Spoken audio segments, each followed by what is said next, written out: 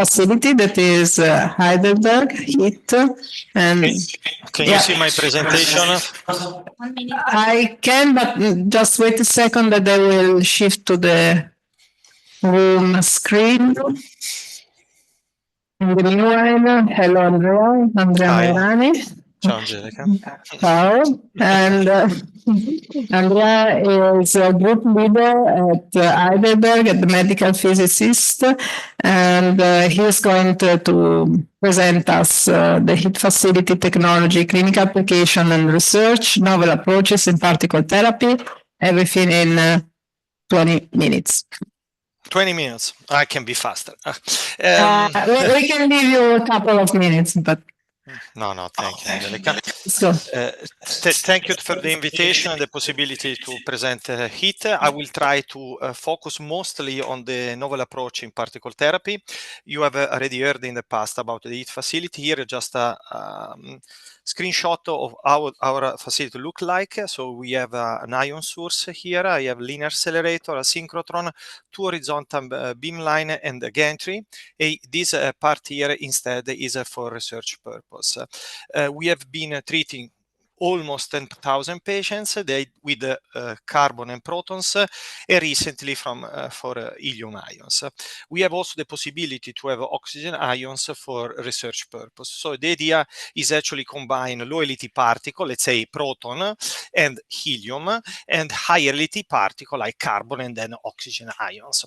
So the idea a little bit is how we can push forward, because we are here to try to understand also what could be the future of particle therapy in general, also heavy ion therapy. Well, there are some things that we can do, we can improve, very technological, I would say.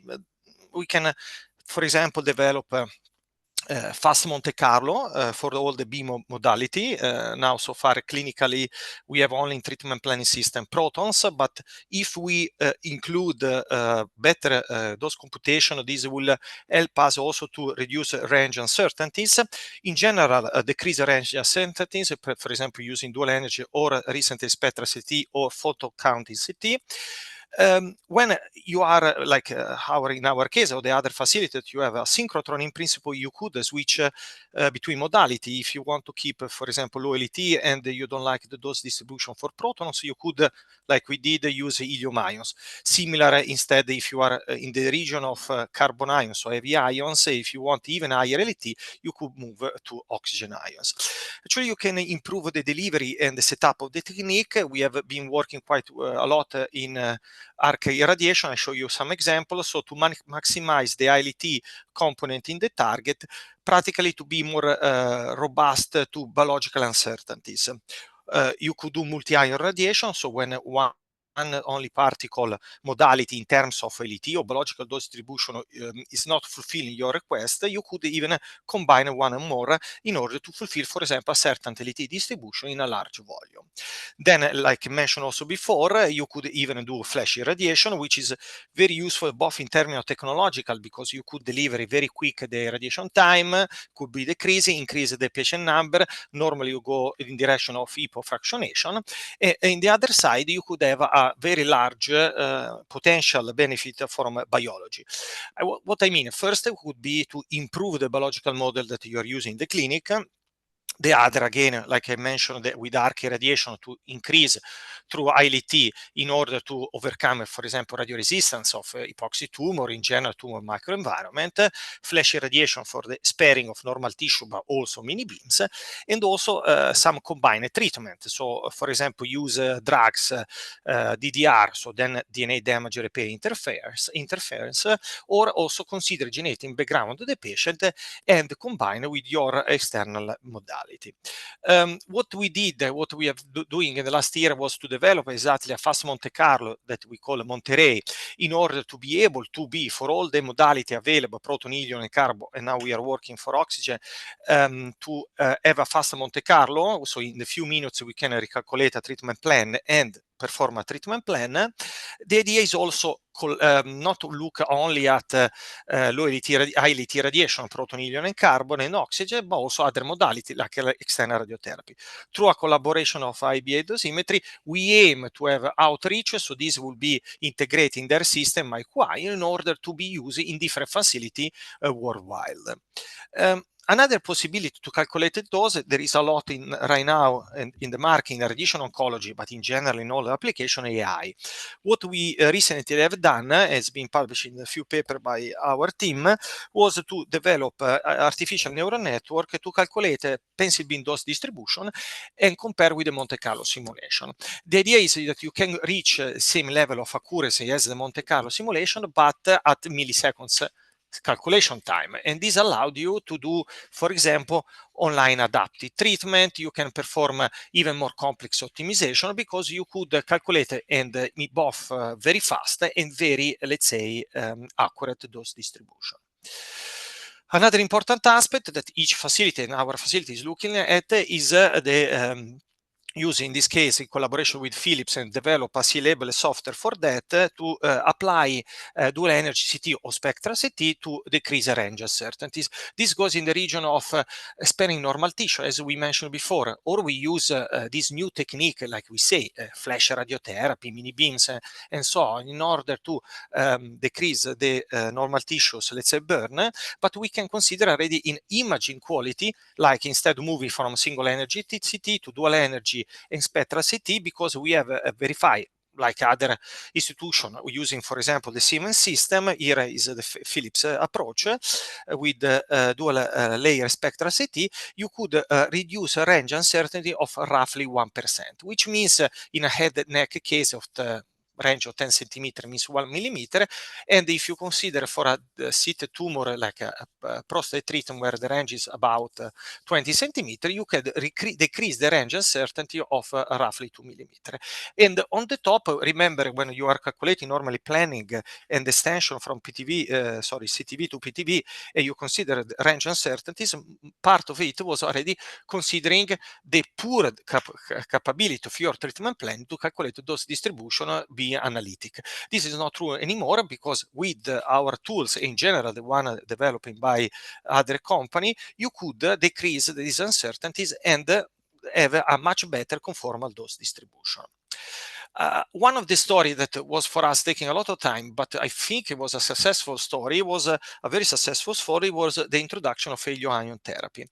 We try to present and put together, first of all, a large collaboration, and I brought together with this team worldwide a roadmap for helium-ion therapy, and this was a perfect example, if you want, of like ITRI also is, like this network of collaboration in order to put together the expertise of different facility, different center, in order to push forward, in this case, a modality. The reality of it is that not only is important to know the physical aspect of helium therapy in terms of advantage, for example, over proton, the important is to know the delivery of capabilities, so synchrotron, gantry or not gantry.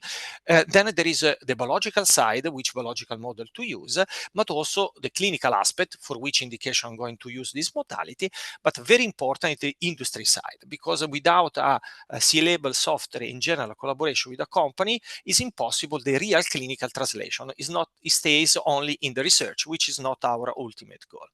Then there was 2021, the first irradiation of a patient, and recently we are starting already from this year a much larger clinical trial. Another thing that is becoming more and more important is adaptive radiotherapy, and actually adaptive proton therapy. For us, instead, is in general MRI-guided proton ion beam therapy, and we try in our facility to look in this using our Monte Carlo, Monterey, magnetic field that is available already in our experimental room. In this way, we could, have a much more conformal dose distribution, but also treat what we see and see what we are treating. So in this way, again, to somehow mitigate one of our problems is quality is a break peak, but is also coming with uncertainty related, as I mentioned, range uncertainties. Another thing that we have spending a lot of time and we are moving towards the clinical application is particle arc therapy. There's been a lot of work done in literature for protons. As we started focusing mostly on carbon ions, heavier ions, and helium beams. What was for us the key point? This is a classic irradiation that we are using in our facility for pancreatic cancer. Is one of the indications that would require, is requiring a lot of hertz in order to improve the poor local control.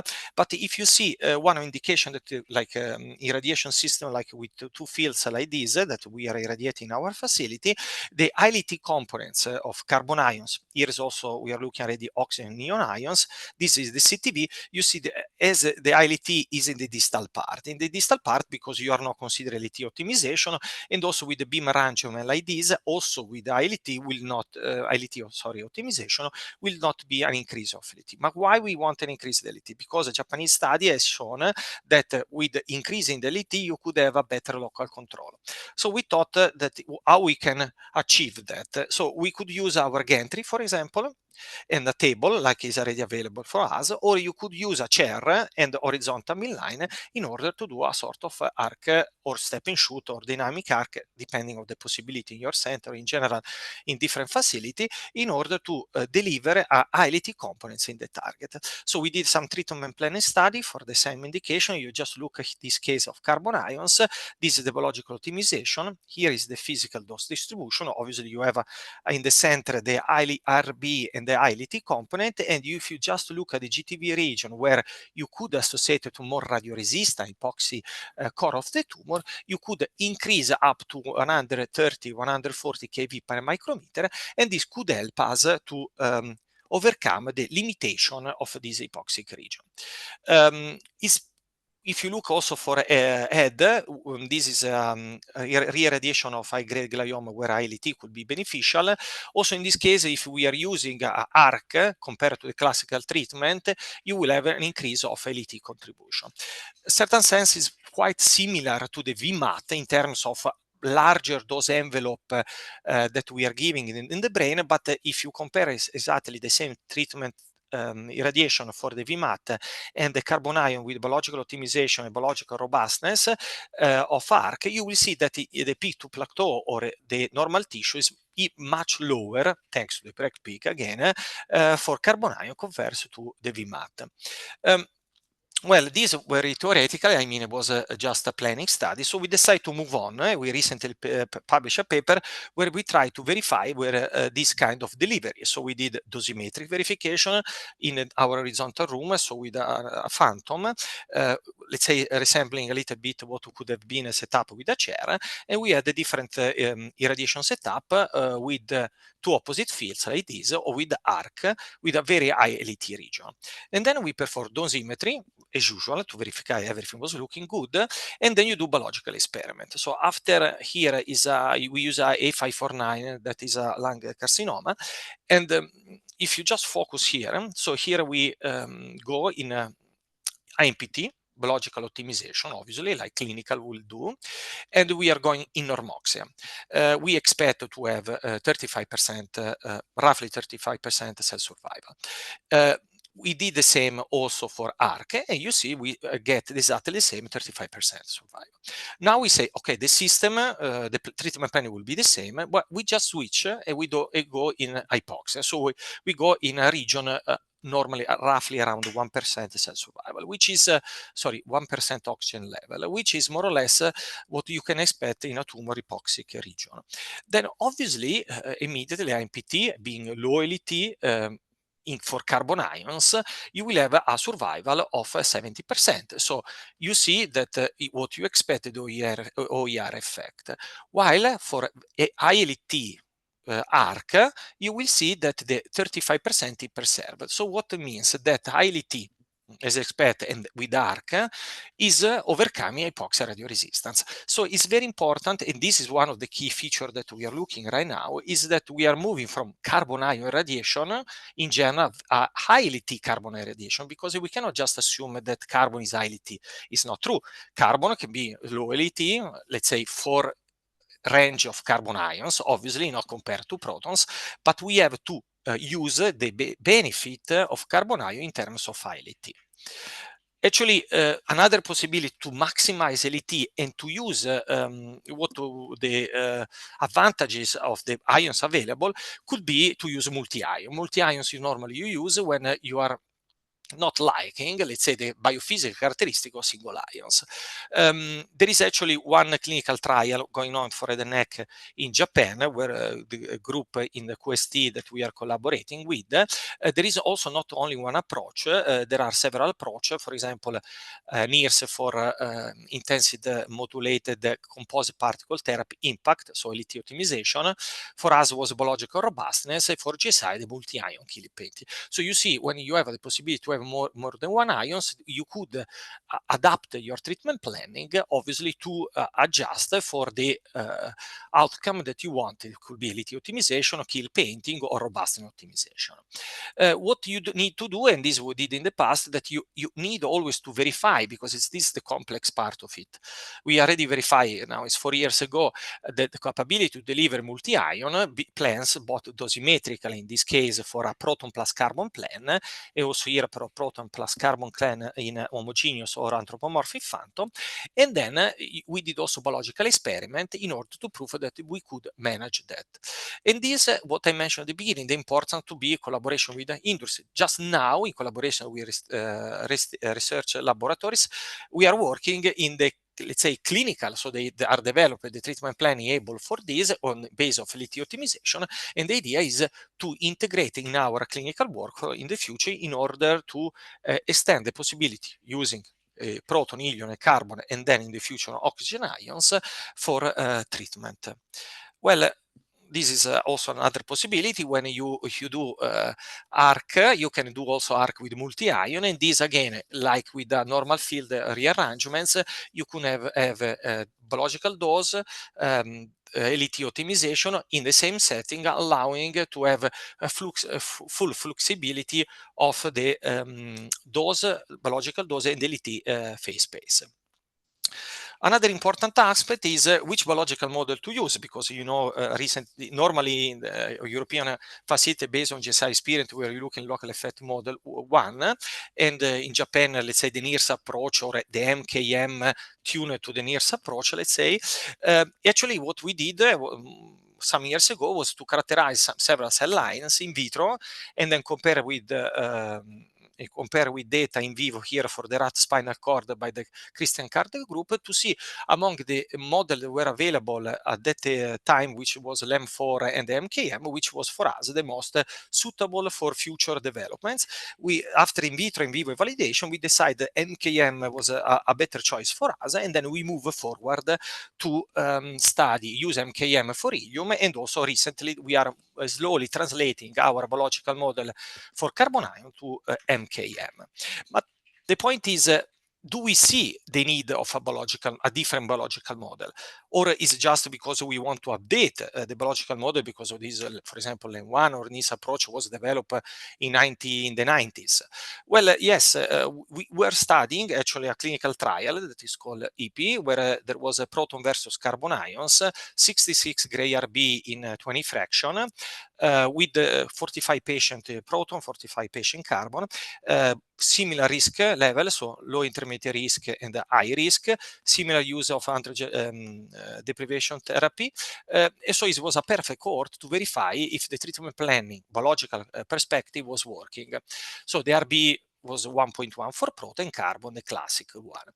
So in order to be able to predict local control of 5 years, we based on the data available in literature for photon, because you have to derive a tumor control probability model based on the photon, and then apply with your framework to the biological analysis of carbon ions. Only in this way you are able to predict the biological dose and then the tumor control. So we, based on the work of Mirabel, and we include a photon Poisson TCP model, and then we recalculate all the patient plan. First of all, we notice for RB, for proton, with a good estimation, for prostate, at least in our fractionation regime, that is 3.3 gray per RB, a gray RB of 1.1, so the RB was good for proton, while for carbon ions, using the alpha beta suggested by the Wang et al., which is an alpha beta of 3.1 gray per prostate, you see that you have an underestimation of roughly 20-30%. Did we see clinically this? Yes, actually we saw, because when we are looking at the local control for carbon ions compared to proton, I put here, this is the proton local control, which is at 5 years roughly 85%. Instead, for carbon ion, local control was only around 50%. But when we predict, remember, for LEM1, alpha beta 2, and proton with 1.1 being isoeffective in the plane, it should have been isoeffective also in the local control. While we don't see clinically, and if we predict with MKM, with tissue type, our photon-based tumor control, we actually see the black line here predicts very well the experimental data. So yes, there are some indications where we needed to change the biological model, and the choice that we had so far with MKM with this prediction was looking very good. But if you develop a biological model and you tune it with the experimental data and clinical data with proton and carbon ion, you can apply with helium as well. And this is an example of helium plan for prostate, where you can actually use the advantage of conformality of helium compared to proton to decrease the dose to the blood and the rectum. So this is a very clinical implication for helium. Obviously, the biological model are representing what are available in the clinic, not what we would like in the future. And so we develop our own biological model that is called Universe. And that's what we are doing with that. We are trying to do different things. One is to try to combine a DNA damage repair interface and the ion therapy. Why? Because you have to consider that some cell line or some cell line, but in general also the patient could have some genetic modification. We need to consider those. It's very difficult to screen these in the patient. So what we are doing normally is if we could decrease these uncertainties, we could look in the direction of use ILT carbon ions for mitigate these uncertainties. How we do that? We do with LT optimization and the biological model. Is important only for the different cell line like this, or there is another application? Actually, another application is HPV status. Here are cell line irradiated with positive, negative. This is positive for photon, and this negative for photons. You see, as expected, the cell survival is lower for the positive one, and there is a large variation between positive and negative for photon. But when you use ILT carbon ions, the variation is much smaller. So you could use complex damage, difficult to repair. So what is the message that we are aiming to? That if you are using carbon ions and with the ILT, you are less sensitive to the biological background, TME, that you are, for most of patients, not having information, very difficult to have voxel-voxel base. Was mentioned already before about the flash radiotherapy. We have been actually first with the helium ions to irradiate flash in a single spill. This is the difference. So you have to, it's not like the difference in scanning. The problem is not the scanning. The problem was and always is the number of particles available per spill. You have to use the spill, which is for, and extract all the particle within a certain limited time window, that is 0.1 second. We actually didn't do only proton, helium, and carbon. Recently, already more than 1 year, we also use oxygen for flash. And this is an example of paper that's recently set by our team, where we actually start the mechanism behind the flash. So we investigated the oxygen consumption during ultra-high dose ration against LET, so electron in electron beams, proton, helium, and carbon, and oxygen ions in our facility. With are the first ever, I think, worldwide, you see the data of oxygen flash radiotherapy. So oxygen as beam that you are shooting and study the hypoxic factor. Also, we characterize. To interrupt, yes. But we are running out of time, so please sum up in the next 2 minutes. Sorry. Yes, I have 2 minutes. So we studied the LAT dependence of the flash radiotherapy in terms of oxygen consumption. And obviously, one of the important aspects is how you can deliver. And we develop a following similar approach like I represented also before, the conformal carbon ion flash, where we can create a 3D rigid filter in order to deliver the dose. And this is a patient plan reference, and this is the carbon ion flash.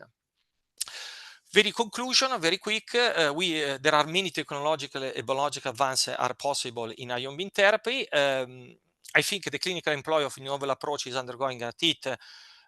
Takes a lot of work and efforts, but thanks to the team, is possible to be achieved. There are several clinical indications that will be benefit from modernization of ion beam therapy. And our mission at it is actually to facilitate, to support this modernization. Last slides is to the great team that is helping me to reach this goal. Thanks for your attention.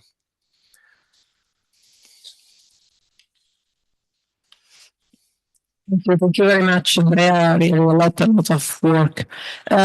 Is there any question from the room? Yeah, please. Hi, here's Paolo Loco. The heat was in principle constructed to compare carbon ions and protons, and such a comparison happened. Now we have results. What will be the conclusion for the future of carbon therapy for other tumors, not only the prostate? Yes, The idea is we are comparing different proton and carbon, actually helium as well, and to try to verify or validate in which indication carbon ions is beneficial. We have a great advantage we have seen so far for pancreas treatment, as expert, I would say.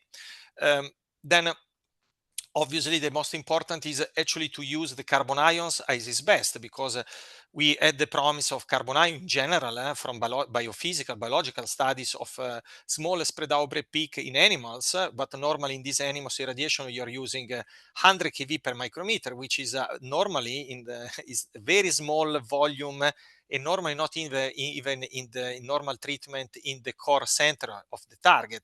So the point is we need, and what we are doing is actually to update our delivering, so optimization approach mostly, in order to maximize the LT to resemble somehow the settings used during the vitro in vivo verification. Then everyone was hoping to get this, let's say, overcoming radio resistance, like we say, study in different courses. Question from the room. Thank you. You mentioned that we are using neural networks for the planning. What type of neural networks are used, and on which type of data you train them? So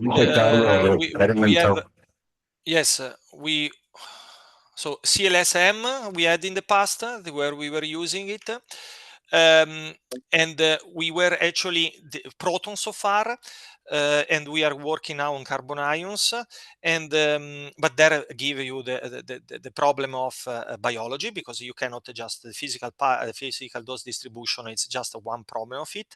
We have a different approach compared to the other people on the market, like for example for photon therapy, where normally you train direct the entire field or the entire plan. So you do correction based, for example, of your analytical code to rematch the dose distribution of a Monte Carlo.